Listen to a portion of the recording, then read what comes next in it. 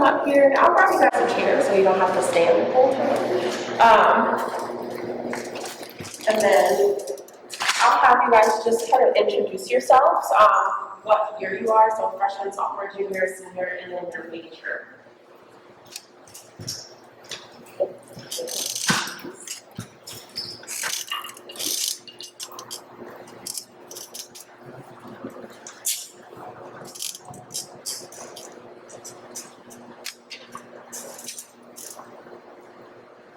All right, who wants to go first? I can go first. Okay. So I'm Jenna. I'm a freshman, and I'm majoring in middle childhood education. I'm Caitlin. I'm a fifth year, and I major in middle childhood education. I'm Judith. I'm a senior and I'm majoring in special education. Hi, I'm Frank Parker. I'm a fifth year and I'm majoring in computer science. All right, so now that we know a little bit about each of you, we're just going to start off with a couple of questions that I have, and then we'll open it up to the floor to see if you guys have any specific questions of your own. So first and foremost, why did you all pick to attend the University of Toledo specifically? Well, I thought that, it had an attractive engineering program, so that's kind of why I chose it. Not really relevant to the panel, so I apologize for that answer, but that's kind of why I picked it. I thought that it kind of had the better facilities than a lot of the other universities I looked at, and it kind of looked more appealing of a location compared to other places in the state of Ohio. For me, I attended several of the preview days, and I've been to several events at UT, and I love the campus and the staff. And I was also blessed with amazing scholarship opportunities. So it's mainly there's so many factors, but I ultimately loved UT. So I was actually against going to UT, but when they changed the merit scholarship requirements, and at the time when I went, they would cover, so if you got the fourth highest merit scholarship, they covered 80% of your out-of-state tuition. I'm from Michigan. And so when they changed it, I started crying, and I was like, why are you crying? I'm like, I don't know. She goes, could it be you want to go? Oh, crap. So here I am now. So for me, I'm from Florida. Never heard of UT, but I had the honor to personally meet with Ms. Judith, and she allowed me gave me the opportunity to come to explore UT and everything, and it was honestly just a perfect fit for me. It wasn't too big, nothing small, it was just the perfect size. And then when I was here, getting just touring around and everything, everybody that I've met from my staff and faculty was just super welcoming, and I was like, I feel like this is where I belong. And just that welcoming environment is what helped me decide that this is where I want to be. Awesome, thank you. And Frank, this question probably won't pertain to you, but why specifically education? For me, it was I especially chose middle childhood too, because it was my middle school teachers that made a huge impact in my life. And I've kind of just always felt like I wanted to be a teacher since 7th grade, and then doing a job shout out and visiting UT and everything just really confirmed that. So In high school, my senior year, I was a teacher aide to middle and high school. I came from K through 12 school, that's very, very small. So K through 12 math, so she covered middle school and up to algebra 1.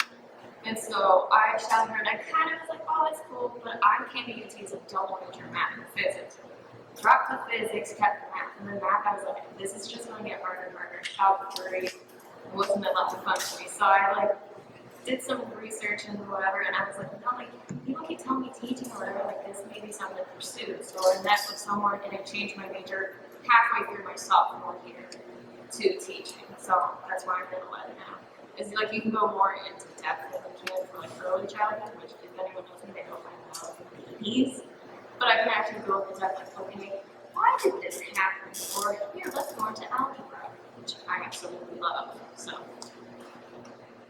For me, I knew that I always wanted to do education. I love working with kids. Ever since middle school, I worked as a tutor, and it went on throughout my whole 4 years in high school. But then towards junior year, that's when I kind of chose special ed, and because I was working with, I was interacting with more students with disabilities, and then I actually had like a person, a cousin that has a disability who also influenced me to be in special education. So I just love working with students, like just children in general, but now that I'm actually in the field and I've gotten experience, I feel like I know what areas I want to do now, and it's not just early childhood, it's the one in junior high, and which is a great thing because my degree covers from kinder to 12, so I have experiences in every section, so I can choose where I want to go. Awesome, thank you. And what was your freshman experience like, or how is it going? And do you think that the transition from high school to college was easy for you, or was it a little bit difficult, and why? Personally, I thought it was a little difficult because the courses, like in high school, I didn't really do a lot of studying for any of my classes, and going into college, there was a lot more coursework. It was not necessarily more difficult per se, but there's definitely more to be expected of the students. So kind of transitioning into getting better study habits is a really good thing to consider because you'll kind of drown a little bit, but being able to actually set aside time to go over your textbooks and your syllabus and talking with your professor or even other students in your course helps a lot, in my opinion. So just trying to be more attentive of your classes and your schedule is much more important in college than it is in high school, in my opinion. Well, I am a freshman right now, so I'm kind of like experiencing like the newness of everything and like the transition into college right now. And honestly, like I was really nervous for it when like I was first gonna start college because I'm living on campus, so I was nervous to like move out of my house and come live on campus and stuff. And I'd say like the hardest part of the transition has maybe just been like going from being a high schooler in the pandemic and like that sort of like class level, and then just like starting to go in person here at college.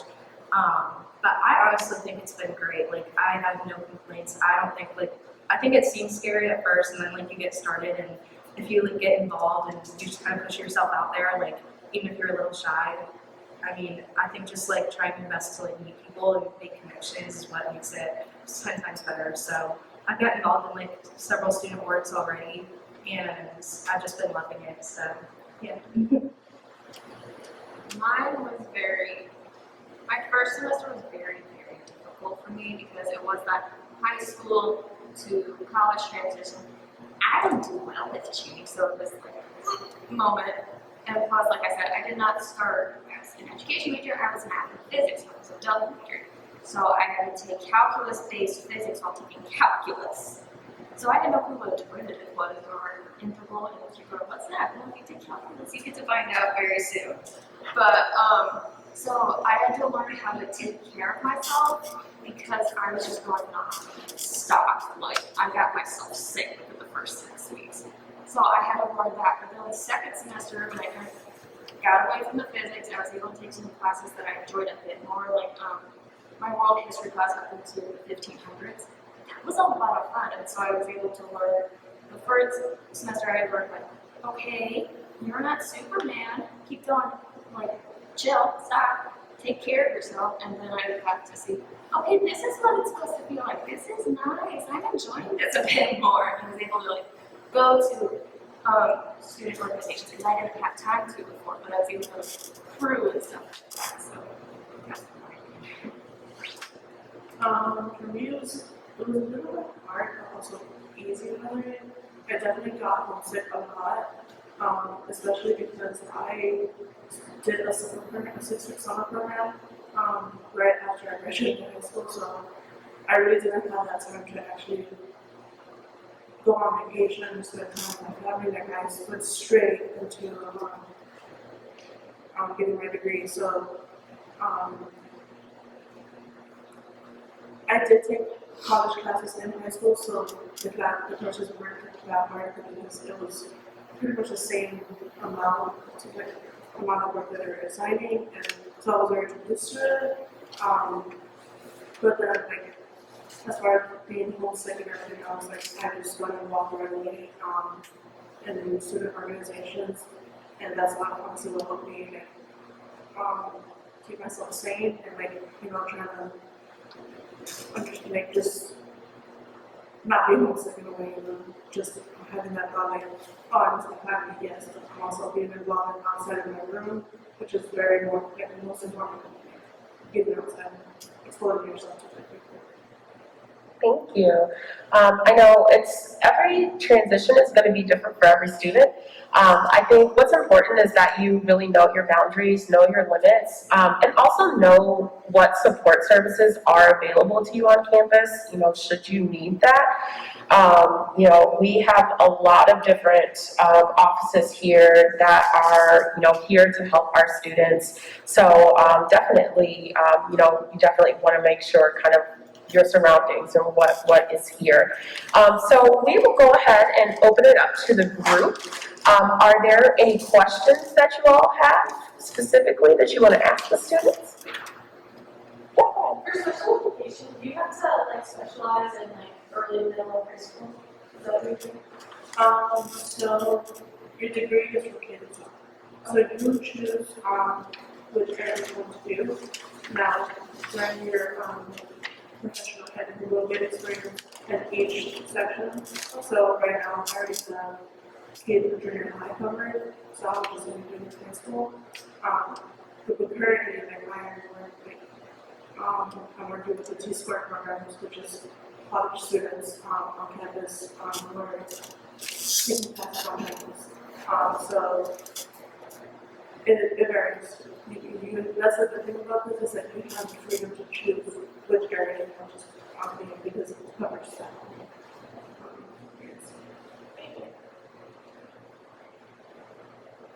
Any other questions?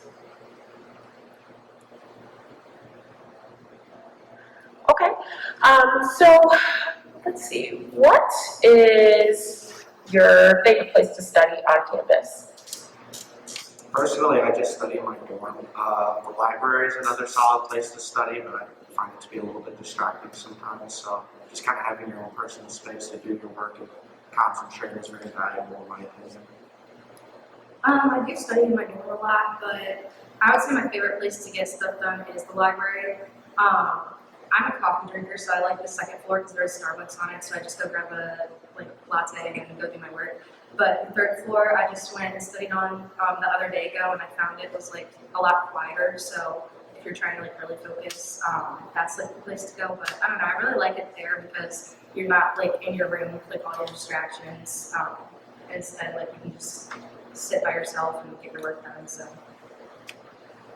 I've done most of my studying when I was in my dorm on the floor in front of it, doing my homework. And now I have to change much because now I sit in front of my couch on the floor doing my homework.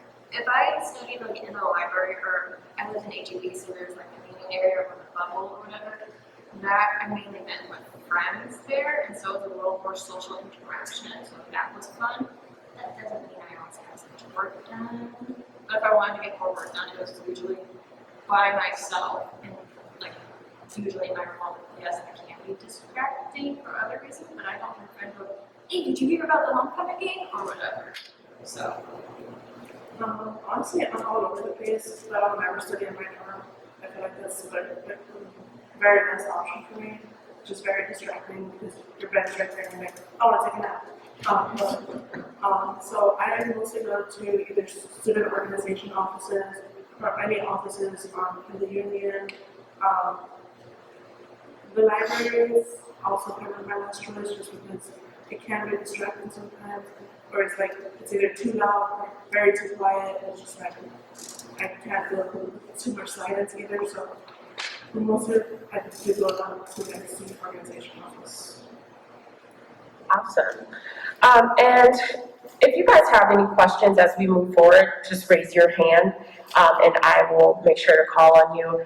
How approachable do you think our faculty and staff are here? My perspective is a little different because I obviously have classes in a different department, but I've always thought that the faculty and staff across the university are very approachable. I've never had an issue voicing any concerns or asking any questions or even just communicating on a casual basis with a lot of the professors and other faculty at this university. That's definitely not a problem, no matter kind of where you study at the university. Yeah, I agree with what he said. I think everybody, all the staff, just they want to see you succeed, and they're there to help you. And like, don't be afraid to ever like ask questions or go like seek help from really any of the resources or staff on campus. Even like my professors right now, like they're all so nice, and I like have gone and like talked to them and stuff. Like it's not scary at all. So. Yeah, for the most part, like yourself, but I've had a different experience with different departments too. I've had, and most of them are very, very approachable. In the few cases that haven't, I remember last year I had to like go, like, be like, hey, this is what's going on, and I had a bandwagon of support. I had my trio advisors, I had my success coach, I had my academic advisor, I had the student disability service because I do get services from student disabilities supporting me, and so I had a nice little cheerleader entourage behind me, like, we got your back or whatever, because it was kind of a big deal. And so even if someone is like, take the questions like, no, and is like being rude to you or whatever, you got support system to go, yeah, yes. So for everyone, I guess for everyone that's I'll say that. First, I'm gonna say that they are very approachable. If they're here, they make it about you. You're the reason why they're here. So obviously you matter to them, and they want to see you succeed. So I've had so many great support systems throughout my 4 years here. So it's I would definitely say they're really nice, and they're open to listening to you. All right. So with over 500 student organizations on campus, there are tons of opportunities for students to get involved. So what organizations are you involved in with any? And then do you hold any leadership positions in those organizations? And kind of what has that experience been like? So currently I am a member of a fraternity, Sigma Alpha Epsilon. I am the eminent reporter. Basically, I do most of the paperwork stuff. I handle meeting minutes, I catalog the calendar, I send out texts and newsletters and emails and that sort of thing, just mainly handle communications. And thankfully it hasn't been too difficult to balance with working on campus, having a social life, and obviously classes, of course. So it's just kind of how much you're willing to take on is really what matters. If you feel like with your schedule, you're able to take on more for other organizations because maybe it can provide benefits in terms of like networking or meeting other people or even just having fun experiences, then that's cool. But if you also feel like classes come first, then obviously that should always be a priority above organizations. But thankfully, I feel like all organizations on campus are very accommodating with like that kind of thing with courses and schedules and trying to make sure that that comes first because at the end of the day, you're here to get a degree. So since I'm a freshman, I'm still like getting involved currently, and I don't really hold any leadership positions just yet because I'm new to any organizations that I have got involved in so far. But as of right now, I'm also involved in Crew, which I already mentioned. That's like a faith-based organization, so I don't know, they have like organizations for really like anybody. And then I'm also involved in KSA, which is Korean Student Association. And I'm also involved in EA Pi, which is a co-ed fraternity. I just rushed into that. And I, 10 out of 10, would recommend doing that for education majors because it's a fraternity just for education majors. And it's basically about like professionalism and stuff. So they do like ALICE training, but they also do like socials and stuff. So they walked in the homecoming parade and things like that. And so far I've been really loving that because you get like a big and you have like people to look up to that have already been there. So as a freshman, like I can talk to some of the other people that are in the fraternity that have already done like student teaching and stuff like that. So yeah, I've been really loving that. So like I said earlier, I am involved in here, which is faith based. It's kind of was like my church when I was here. I didn't have a Quran campus. I would go to that every Thursday. I was basically until COVID hit involved in the Ballroom Dancing Society. I still would be in it now, except it overlaps my work schedule perfectly right now. But that was a lot of fun. I got in the Kappa Delta Pi officially like last We haven't had a meeting, but I am the treasurer now, as of like a couple weeks ago. So that's exciting. I'm still learning the kinks of that, but it is a good. And then I'm in a history honors fraternity, Phi Alpha Beta. So things have been held up a little bit due to COVID and everything like that, but it's exciting to me because it was something I worked very hard to get into. So. So I'm pretty much involved in every organization here. I'll start off with Alpha Psi Lambda, which is a national collaborative fraternity. I'm currently the new member dedicated to that, and I have been president for like all previous years. I'm currently on the National Honor Society, which is an organization that organizes the top 13 student leaders on campus. I'm part of the Multicultural Youth Council. I'm currently the vice president for that. I just leading on an organization called the Global Latinx Student Union. And I am one of the co-presidents for that one. I'm also on campus with Order of the National Great Honor Society. I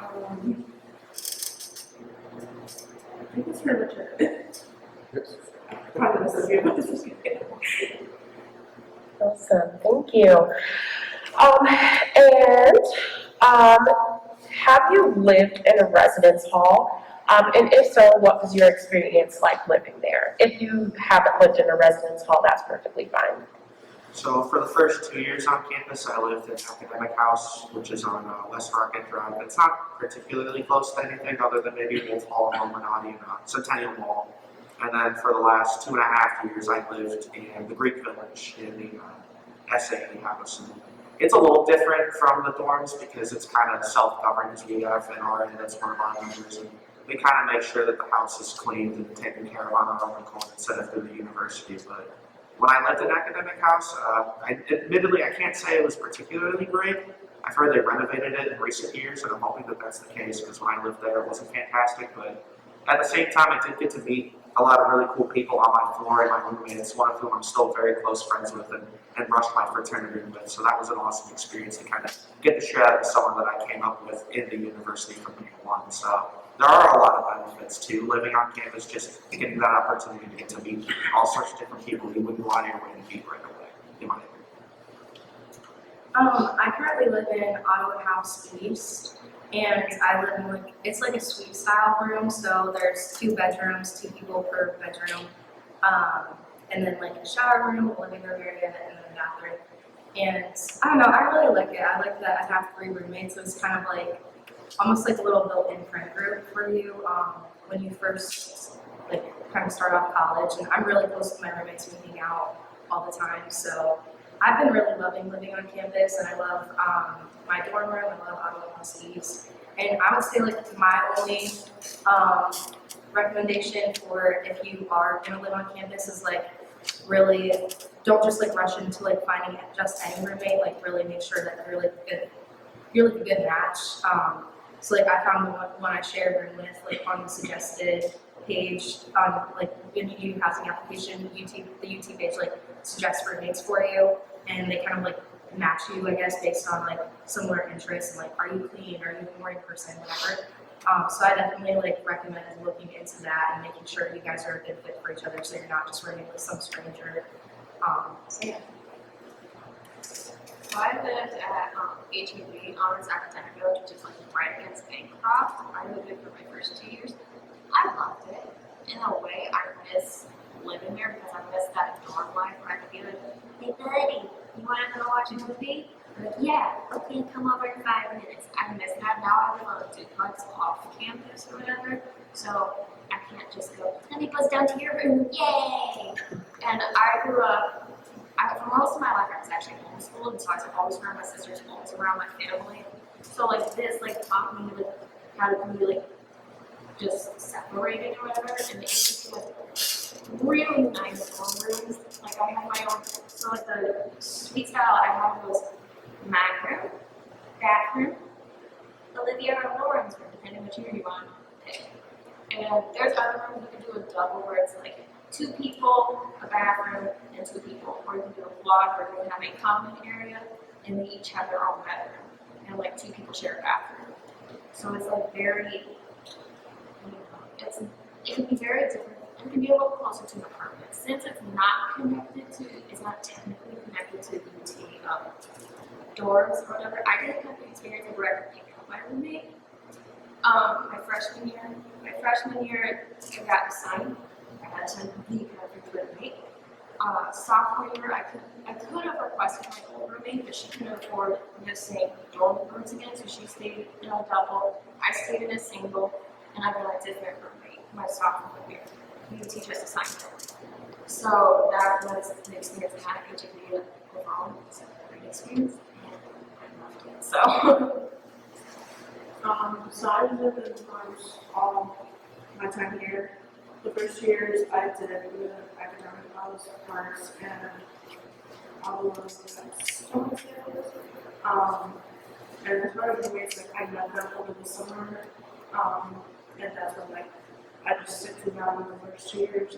Now these last 2 years in Grandy, I live in McKinnon, which is the honors farm as well. And honestly, I love it there just because I get my own room, you do share the bathrooms, but it's like I need my own space. Like I interacted with people my first 2 years. I think it's sufficient now. Like an upper class and I was like I just need my time for myself. So it's really nice that you get your own room. I also like for living on campus is that you're close to everything. There's always things, events happening on campus, so you can just walk to wherever it's happening, and you don't miss out things. Whereas like people who live on campus, it's like they have to drive to campus, and like it doesn't encourage them to be involved as much as the person who doesn't on campus. Awesome, thank you. Just by a show of hands, are any of you all thinking about living on campus? Possibly? Okay, awesome, definitely. It's a great experience. Okay, so how do you manage your time? So how do you balance your schoolwork with kind of other aspects of your life, whether you have a job, whether you participate in organizations, how does that kind of work for you? Personally, I just keep kind of both a day-to-day set of like stuff I need to do, certain tasks like homework assignments or meetings I need to have or like phone calls I need to make or literally anything. And then I have a calendar for the whole month that kind of just charts, what are assignments due, when is this event happening, when do I need to go to this place, just trying to be very on top of that sort of thing. I know other people kind of go day to day and not look too far ahead, but in the past that's caused me issues personally. So just trying to be as organized as possible with my days and my months kind of keeps me above water when I'm in school, in an org, having work, doing my senior design, that sort of thing.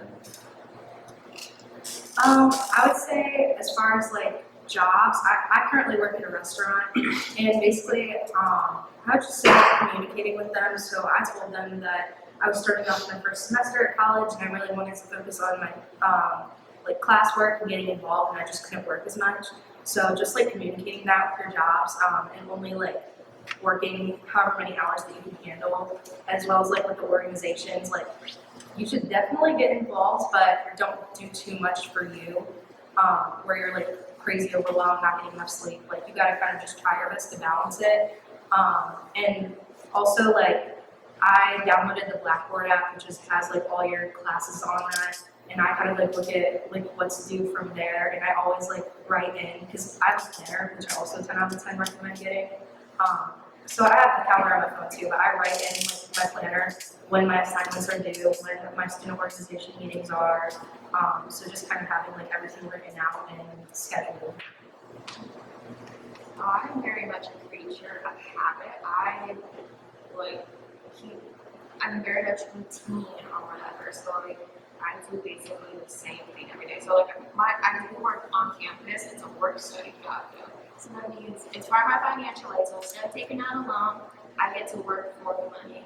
And so if they don't have anything for me to do, I get to do my homework. So I get paid to do homework, which makes it a little bit better when I'm doing it. But so I'm able to do stuff there, and it's kind of it's an office setting. I have a little cubicle and everything. So like, I'd say, I guess that's my version of the library actually, now that I think about it. But I'm very much routine, so I'm like, okay, so I know today I'm going to work on this, and tomorrow I'm going to work on this. Do take a day to day, like Mark said, because my mom, she tried like scheduling my homework out for like a week at a time or a month at a time once, and I was like combusted because she was like, okay, so like if something doesn't, so she gave me like an hour for Calc 2 homework, and to finish my Calc 2 homework. And she's like, oh, if it takes too long, you can move stuff around. I'm like, that's the schedule you gave me. Wait, no, and I'm very structured, I guess, so I'm just kind of like self-loaded, basically. And so I was like, no, take it day by day. If I know there's a project coming up, like I have a project next week actually due. So I know I need to do that, and I did start it, or whatever. So keeping that in the back of your head, but at the same time, just take it day by day. If you look too far, you're going to be like, what's up this day's for? So I go week by week. I do use Google Calendar, and that's where I put all my meetings.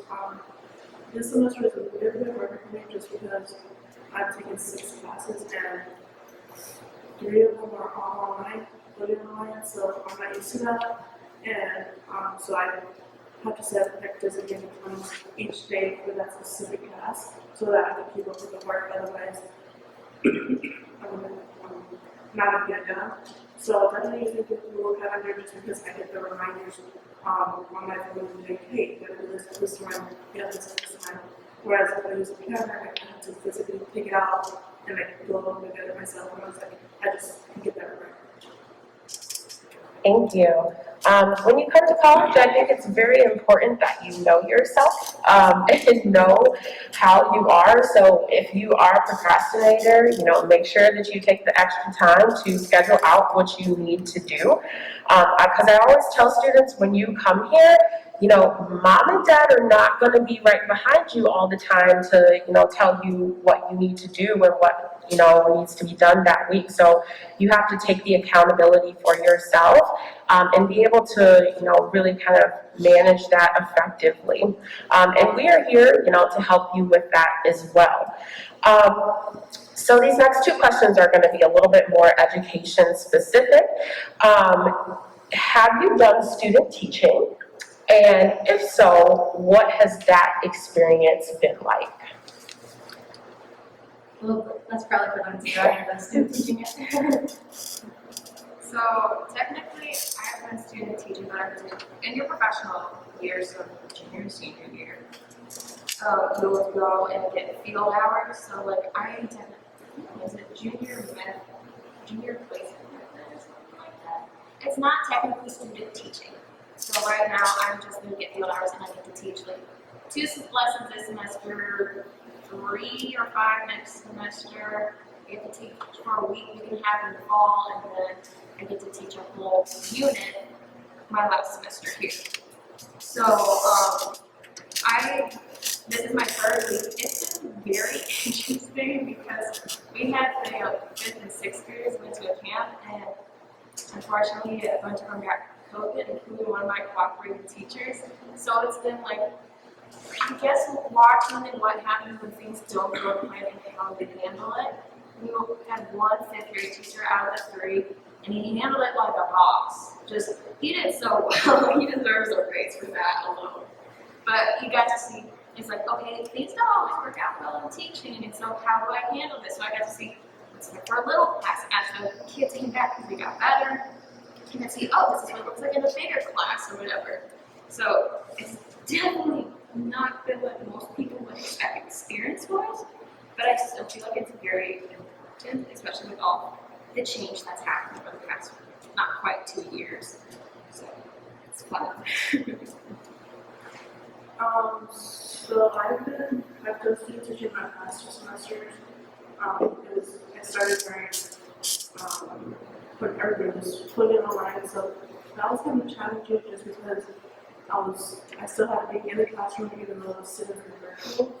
I had to, the past 2 semesters I had to teach 6 lessons. So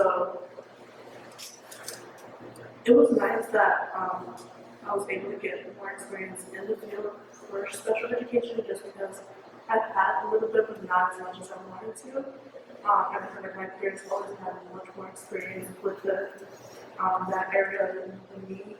So just being in the classroom and getting that experience is really nice.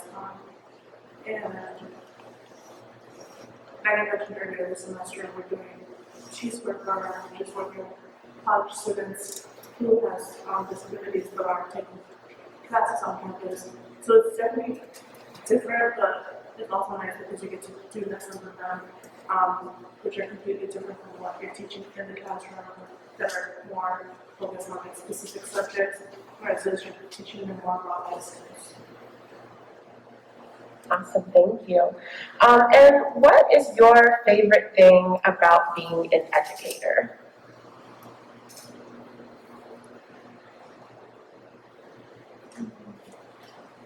Should I do that?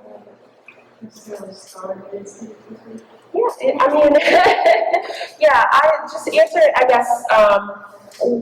guess, what is your favorite thing about the connecting with students?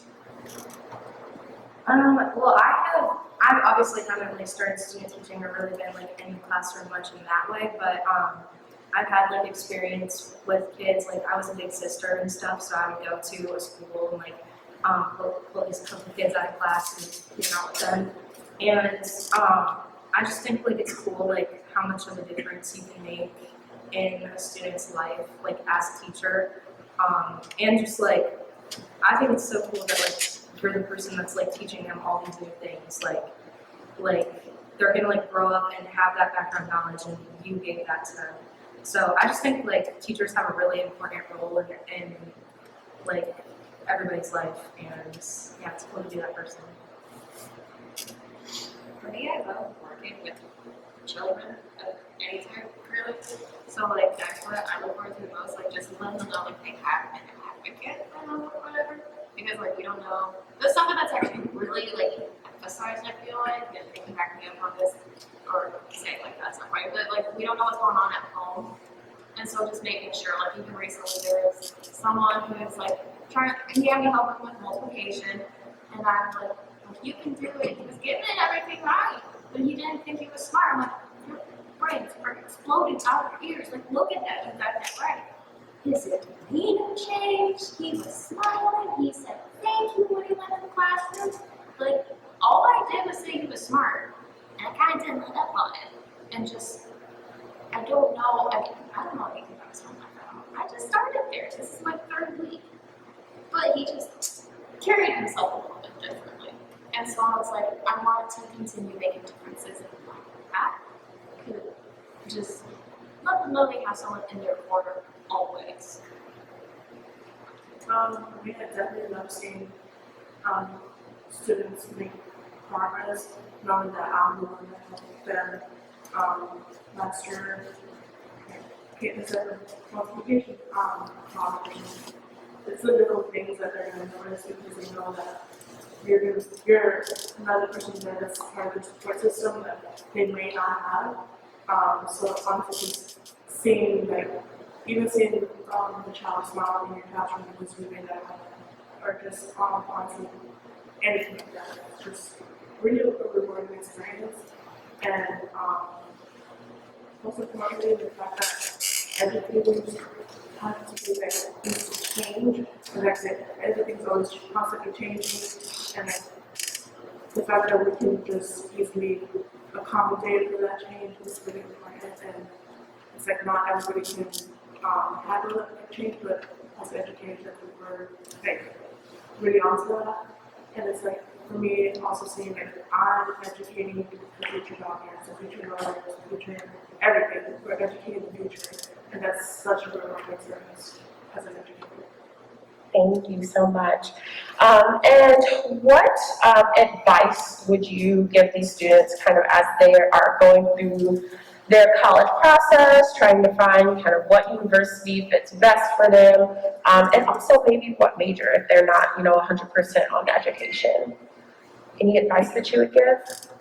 Just be as vocal with your success coach that's assigned you and your advisor as possible. Just having that communication there in case you're running into any issues. You know, you don't always have to switch majors. It's kind of doesn't need to be the first option. You can always kind of ask about maybe trying to study through your course to make sure your grades are on top of it. Maybe communicating with other students or professors or even different organizations to get an idea of what fits and how to make things fit a little bit better before making any snap decisions would probably be best. Just making sure you exhausted all your options. Yeah, I would say really like doing your research on the major.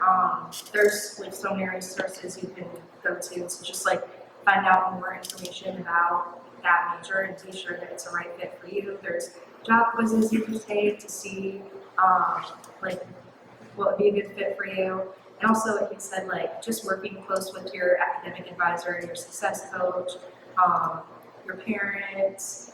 And I would also recommend applying for scholarships. A lot of people don't take the time to like write that essay or whatever for the scholarships, but they can really make a huge difference, especially if that's that's like an area in need for you. So definitely like looking into those as well through the university, through your school, and communicating with your counselors a lot too after your school. That made a big difference for me. So what you said about scholarships actually like me, because I work in scholarship office. Most incoming freshman scholarship deadlines are December 1st. So if you've applied, gotten, or are going to apply or whatever, apply for scholarship ASAP. And make sure if it says, oh, this, because often what we do is that we do one big application for the whole college of Judith, okay? One big application that applies to 50, I'm picking a number, 50 scholarships altogether. You come across one that says, oh, you need a reference. And so you're like, oh, I need a reference, okay. Mrs. Smith, Mr. Joe, will you be my reference? Yes, of course. Problem is when you go to the reference page, it has a list of scholarships that has references. So write down the name of that scholarship. That is very important. I had to look it up the hard way, and I work in scholarship office, and I forget that almost every year. So don't be like me in that aspect. But for selecting colleges, going back to her question, something I learned now, which looking back, make 3 things that are you're like, this is my college must have this. So if it's like, you're like, I want to go to a Christian college, I want to go, but it's like good scholarships or something like that. We're going to have the 3 things that break it. Maybe your main thing is, I want to go to college that has a Quidditch team. We have a Quidditch team. And you're kind of fans with it's something like that. But your degree, you don't have to come in declare. I mean, I changed my degree twice, and I was so set on not changing my major. And then I changed my major twice. So it doesn't mean don't feel pressured. Or even if you notice, like, I was math and physics, and then I was just math. And now middle school with concentration. And social studies. So there was a trend here, and that actually set me up a little bit for success because I had already taken some of the math classes I needed to take for my concentration. But don't put too much pressure on yourself. Like I did. Don't be like me in that sense. Definitely do your research. If you need to make sacrifices for yourself, do it. I mean, I had to leave home, and I came here knowing nobody, but I knew it was a fresh start for myself, and it was my future. So whatever decision you make, do it for you. It's okay if you don't, if you change your major. So how many times? But as long as you're really noticing that it's for your future, because at the end of the day, it's your degree. You're the one that's going to work for it, and you don't want to work for something that you know you're not happy with. So as long as you're content and you know that's what you want, I'd say go for it, and then for most people, you have to do your research. All right, thank you. And last question, and this one will be for everybody, so including you guys. But before I go on, was there any questions that you all had that maybe I haven't covered so far? Okay, awesome. So, last question for everybody. Who was a teacher of yours throughout your academic career that made an impact on your life, and why did they make an impact on your life? So either anyone up here can start or up there. Don't really get an answer for that, so you can go ahead. For me, it was two of my middle school teachers, my science teacher and my social studies teacher. I think like they were just so nice. You could tell like they wanted to be there. They were like meant to be teachers and they loved their job. And they came into class every day with a smile on their face and they were super positive and encouraging.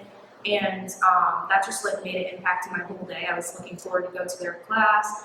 And then like they were also like really encouraging when it came to my interests and stuff. Like at the time I really loved animals and my science teacher was like letting me take care of her class pets and like got me connected with the Toledo Zoo and stuff. So like those teachers that like go the extra mile for you and really just have like that positive energy can make a whole difference in your year and like future years in school. So I think for me, so I was homeschooled till my junior year of high school. So I can always say my mom. But if you want to go for other teachers, which actually brings my mom because homeschooling me and my other siblings for 12 months, yeah, basically like 12 years. I thought he saying something. But like once I started going to school, it was Mr. and Mrs. Snyder. Mr. Snyder was the high school science teacher, and Mrs. Snyder was the high school English teacher. And what I feel, because I was homeschooled, is that I have hyperactive autism. And so they had a son that was also had high function autism, so they were able to come to my parents and be like, this is what we see. I was able to get the accommodations I needed to be successful. Because of it, like, my ACT score went up 3 consecutive points because I got the accommodations I needed. And so that's helped me into it. And helped me, one, get a higher scholarship. Yes, I believe it did. It helped me get a higher scholarship. 2, it just like helped me more for success with UT and stuff like that. So it's stuff like I kind of wish I knew when I was younger, but everything happened in the perfect timing for a reason. And so that they were great teachers just on themselves. I love them dearly. But them noticing, hey, Katie doesn't do well with change. Or when her mom sends a rigid schedule, remember the 1 hour for Calvin thing? And how is it like, you can't change the schedule, it's the schedule you give me. That was my bell's ringing. I don't like that, but that's why. And so I've also been going to use some of the services here, like it's a trio, so disability services, sorry. And just, I think it will get more help to be the most successful at me. I have my history teacher and one of my teachers in the 8th grade. I just like that the fact that they got to know me, and then if there was anything wrong with me at some point, like they would like notice that and they would like talk to me, give me advice, or maybe like make me feel welcome in the classroom, or the fact that they would pull out, made me realize what skills and potential that I had in certain subjects because to be honest with you, I hated reading. And I always struggled with reading growing up, and I still do, but the fact that they were there to encourage me to get my written scores up and just try to be the individual that I am today, that was something that I know that they had with me. All right. Who else wants to share? My fourth grade teacher got lost me because she really helped spark my interest in reading along with all my other elementary teachers too, with that. And she was always like so interested in our like passion for learning. And she like if she ever saw us like not really into it, she would like do like these really funny voices and like math and stuff. So I always remember that. Awesome, thank you. Grayson? My favorite types of teachers have always been the ones that like genuinely understand how it feels to be a student.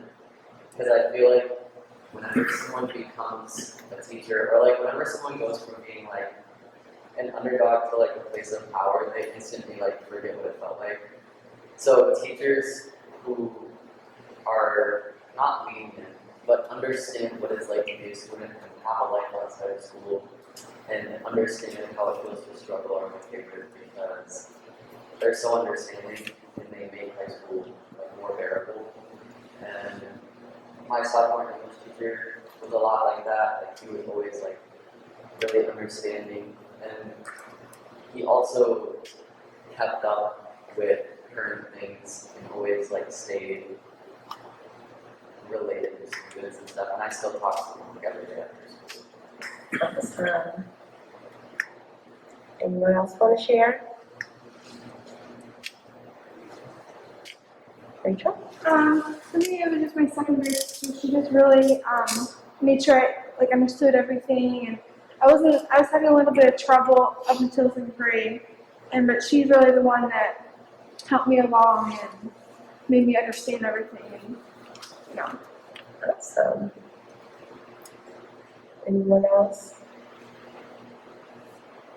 All right. Well, let's go ahead and give a round of applause to our students. We want to thank them so much for coming out. We do just have a little gift for you guys for participating today. You guys, they are coming straight from class to do this, so we greatly appreciate what they're doing. There we go. All right.